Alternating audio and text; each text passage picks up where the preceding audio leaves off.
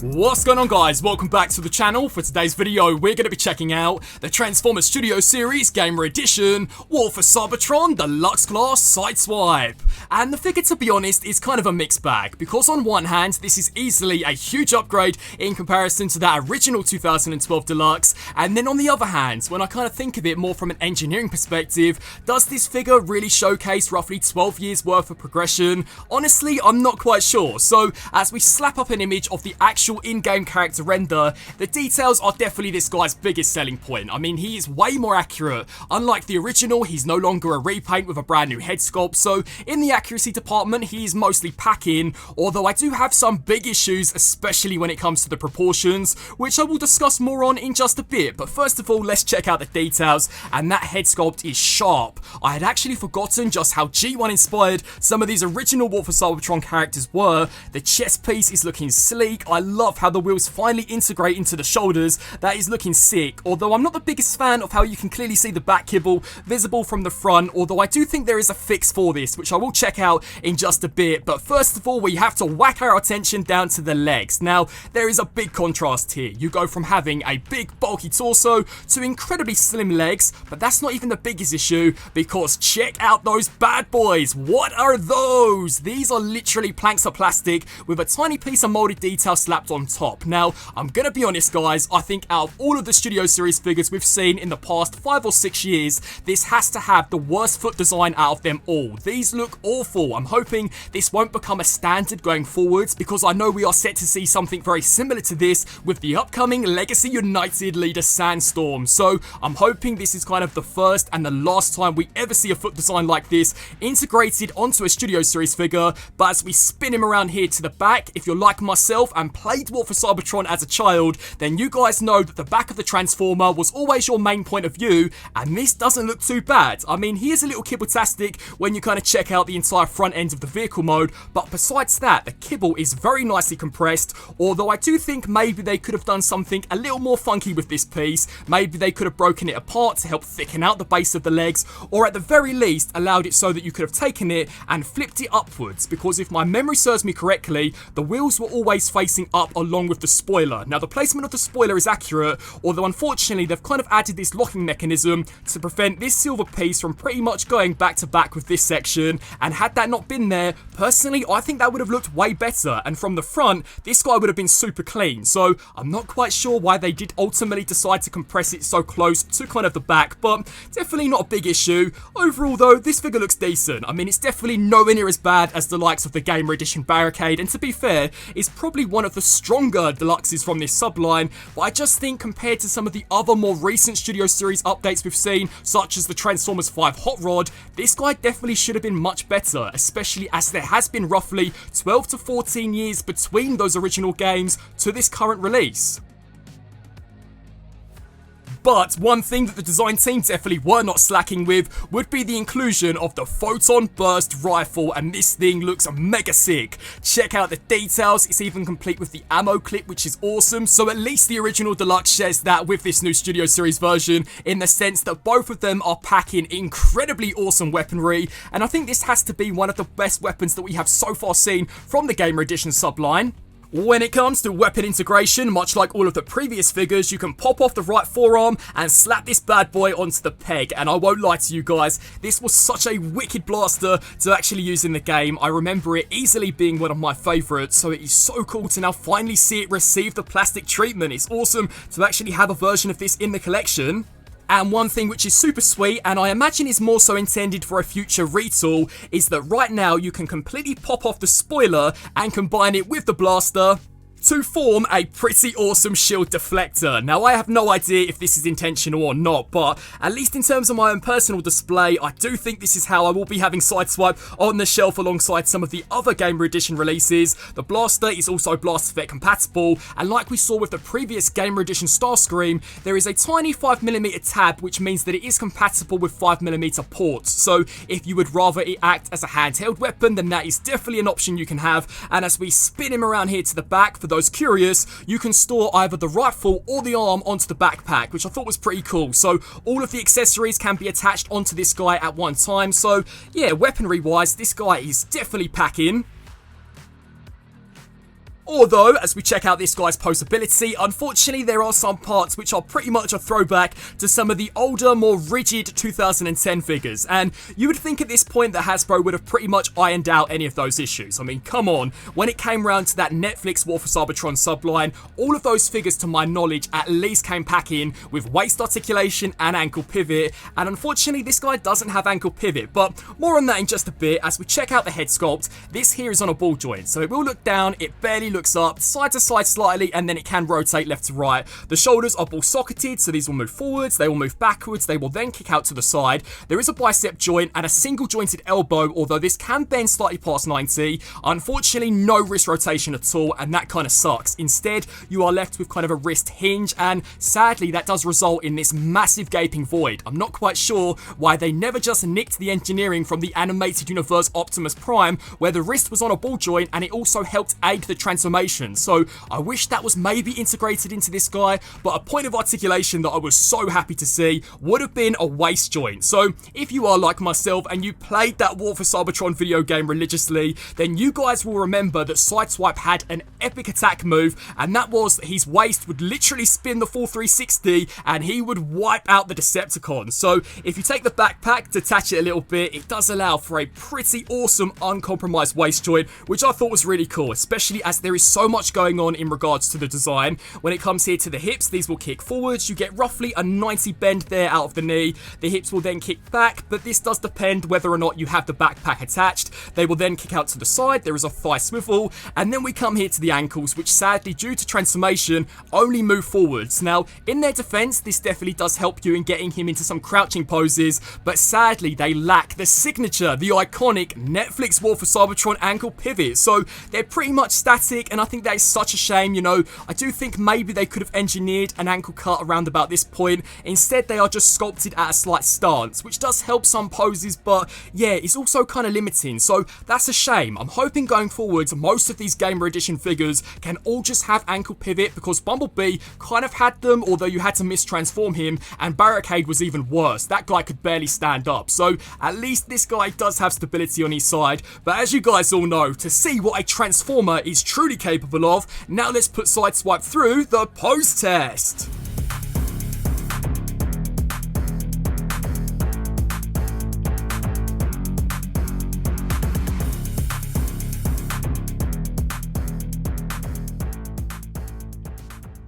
So, as we check out some comparisons, we are first of all going to be starting off with the Deluxes. So here on the right is the original 2012 Fall of Cybertron Sideswipe. So, accuracy-wise, as I've mentioned, this is the clear winner. Although one thing I did think was kind of interesting is that this was a 2012 release, and with the exception of not having a waist joint, the articulation is pretty much exactly the same as this brand new Studio Series Sideswipe. So, it is a shame to see them not improve in the articulation department. I'm not quite sure why Gamer Edition right now is going through such a sticky patch, because when you compare it to some of the other Studio Series sublines, unfortunately it pains me to say, but it is definitely majorly slacking. Here is how he compares alongside the Transformers Siege War for Cybertron Sideswipe, and one thing which I did love so much about those High Moon Studio games was they went full on with that Cybertronian aesthetic. I mean, you can clearly tell that this guy is supposed to be based on his home planet of Cybertron. Here is how he compares alongside the Gamer Edition Bumblebee, who I actually thought was a pretty decent update, although again, definitely should have been better, especially as there was roughly 12 years between his original release. But Sideswipe looks cool, but articulation wise, I find that this one just poses a little nicer in comparison here to Sideswipe, and if you were to slightly mistransform the legs, you were also able to technically get an ankle pivot out of this guy, which when it comes to modern Transformers is an absolute game changer in terms of the poses that you can ultimately get out of them. Here's the Gamer Edition Cliff Jumper, the War for Cybertron Voyager class Optimus Prime, who I think right now is still the gold standard when it comes to this subline. Despite me having quite a few issues with the original figure, I do think he was the strongest one that we've so far seen. You know, he definitely was an improvement in comparison to the original, so it's just a shame that after his release, all of the other characters were kind of mediocre at best. I mean, they were improvements in some aspects, but definitely nowhere near to the extent as we did see from this Optimus Prime, and we saw that lack of consistency continue more so than ever with the release of the Gamer Edition Megatron. But then, crazily enough, the Gamer Edition Starscream was a near 10 out of 10 banger. So yeah, really not quite sure why some figures ultimately are vastly superior when in comparison to others. And then finally, here we have the War for Cybertron Barricade, who I think is definitely my least favourite out of the subline as a whole. So Sideswipe definitely is a much better figure in comparison to this guy, especially to mess around with. Although again, both of them kind of have that whole plank foot thing going on, and none of them come packing with ankle articulation. So I'm kind of thinking maybe it does just have something to do with these being slightly bigger deluxes. These guys are pretty much head to head and are significantly bigger than some of the other deluxes in this subline. So, sliding into Sideswipe's transformation, to begin with, you are going to want to focus on the feet, although one thing which I think is really worth bearing in mind would be the transformation is way more involved than I was expecting. So, first of all, take a hold of these pin joints and slide these here forwards. To be honest, I think this really does just go to show how ugly of a foot design that is, but do the same here for this side. Then for the next step, you are going to want to come here to the bicep and rotate it so that the hollowness is now facing forwards. We are very quickly going to conceal that by taking the hands and folding these here inside. So do the same here for this side, rotate at that bicep, fold that fist inside, then we will spin around here to the back, take the spoiler, hinge this here up, which will then allow you to take the backpack and straighten this here out. Now for the remainder of the transformation, this is more or less going to stay exactly like this. Then what you'll do is you'll take this spoiler, bring it down and rotate this here around like that, and much like this piece is pretty much going to stay there until the very end of the transformation.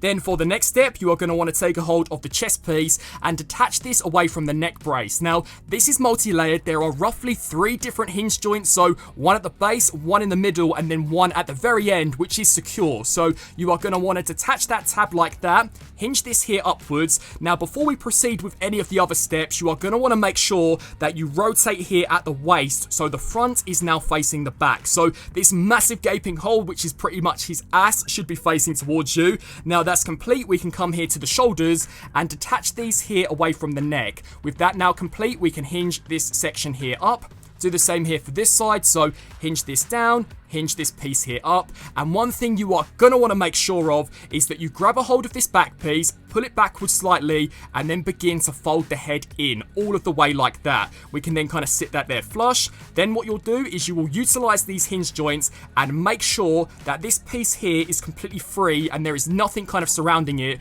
because what's going to happen is the shoulders are going to clasp around it and kind of connect in the middle. So hinge up all of the way, just like that. Then what you'll do is pretty much the same on the opposite side, although this time you will begin combining these pieces. So snap the very tip there into place. For the next step, there is a slot here on the inside that tab is going to smack into, so tap that in there. Do exactly the same here for this side, and then for a finishing touch when it comes to the back of the vehicle, you are going to take these locking mechanisms, detach these away from the wheels, and these pretty much form the tail lights of the vehicle mode, which I thought was pretty cool. So very involved so far. Now we are going to turn here to the legs, which I'd argue are slightly more complex. So for these, you are going to want to grab a hold of these outer panels, hinge these here out, and then rotate them all the way around, and again hinge them out. So do the same here for this side, hinge them out, rotate all the way around, and then hinge them out again. Then what you'll do is spin around here to the front, take these panels, flip these here open on both sides,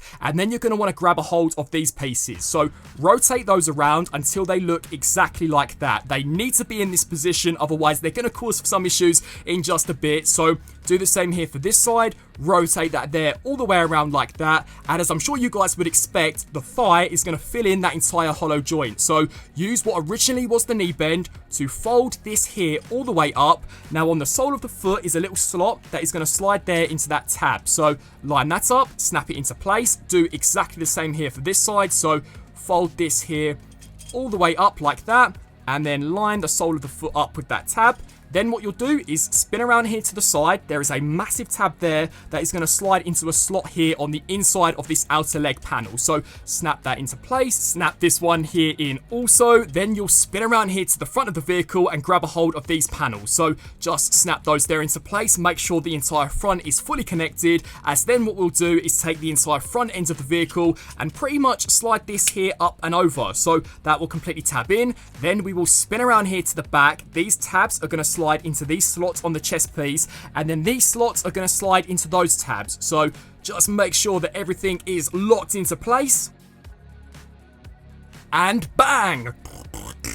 here we have him fully transformed into his sick Cybertronian vehicle mode. Now, unlike the robot mode, I have literally zero things to complain about. This is pretty much spot on to the actual in-game character render, even down to the point where the back is so accurate to what we do see in the video game. So, like I mentioned previously, whenever you are playing as Sideswipe, this is your main point of view, and to see how they have, much like in the video game, got the chest piece in the game accurate position, I think is awesome. The rest of the vehicle too is looking so sharp in its design. I've always been a sucker for Cybertronian vehicles, especially the energon effect, which kind of pulsates through the rims. That is looking on fire. I love the details that we have for the front, very sharp, very angular, and in some ways this could maybe fit in with some of the Studio Series Bumblebee movie characters, especially as there is now a concept art line. You could even say this is maybe a concept art version of Sideswipe, but very nice details here up front, and as we spin him here to the underside, he cleans up incredibly well. I mean, that transformation was crazy for a Gamer Edition Deluxe class, so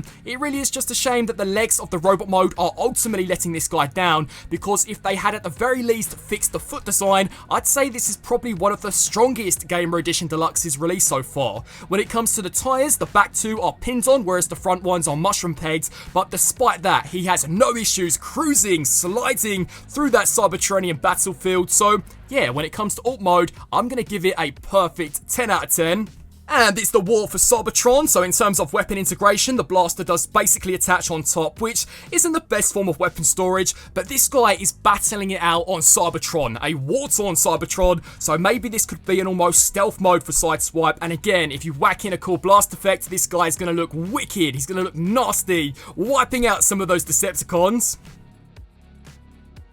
So, sliding in for some vehicle mode comparisons, on the right hand side we have the 2012 Fall of Cybertron Sideswipe. Now in its vehicle mode I thought it looked really sharp, especially for being a retool of Jazz, but without a doubt the new Studio Series version definitely takes the win when it does come to accuracy, although I do really like the mechanical detail which is sculpted here along the side, but as we spin these bad boys round here to the back, damn, the Gamer Edition version is on fire accuracy-wise, because unfortunately, this guy, much like the Gamer Edition Optimus Prime, just had the fists hanging out the back, whereas this is completely concealed to better match that of the in-game character model. So yeah, I think they've done a great job when it comes here to the vehicle form. Here is how he sizes up alongside the Transformers Siege War for Cybertron Sideswipe, which, to kind of go back to my previous point, was pretty much the Earth-based form, just with a few additional enhancements to the rear of the vehicle. In terms of a Cybertronian take on Sideswipe, the War for Cybertron video game figure, I think is looking super awesome. Here is how he compares alongside the Gamer Edition Bumblebee,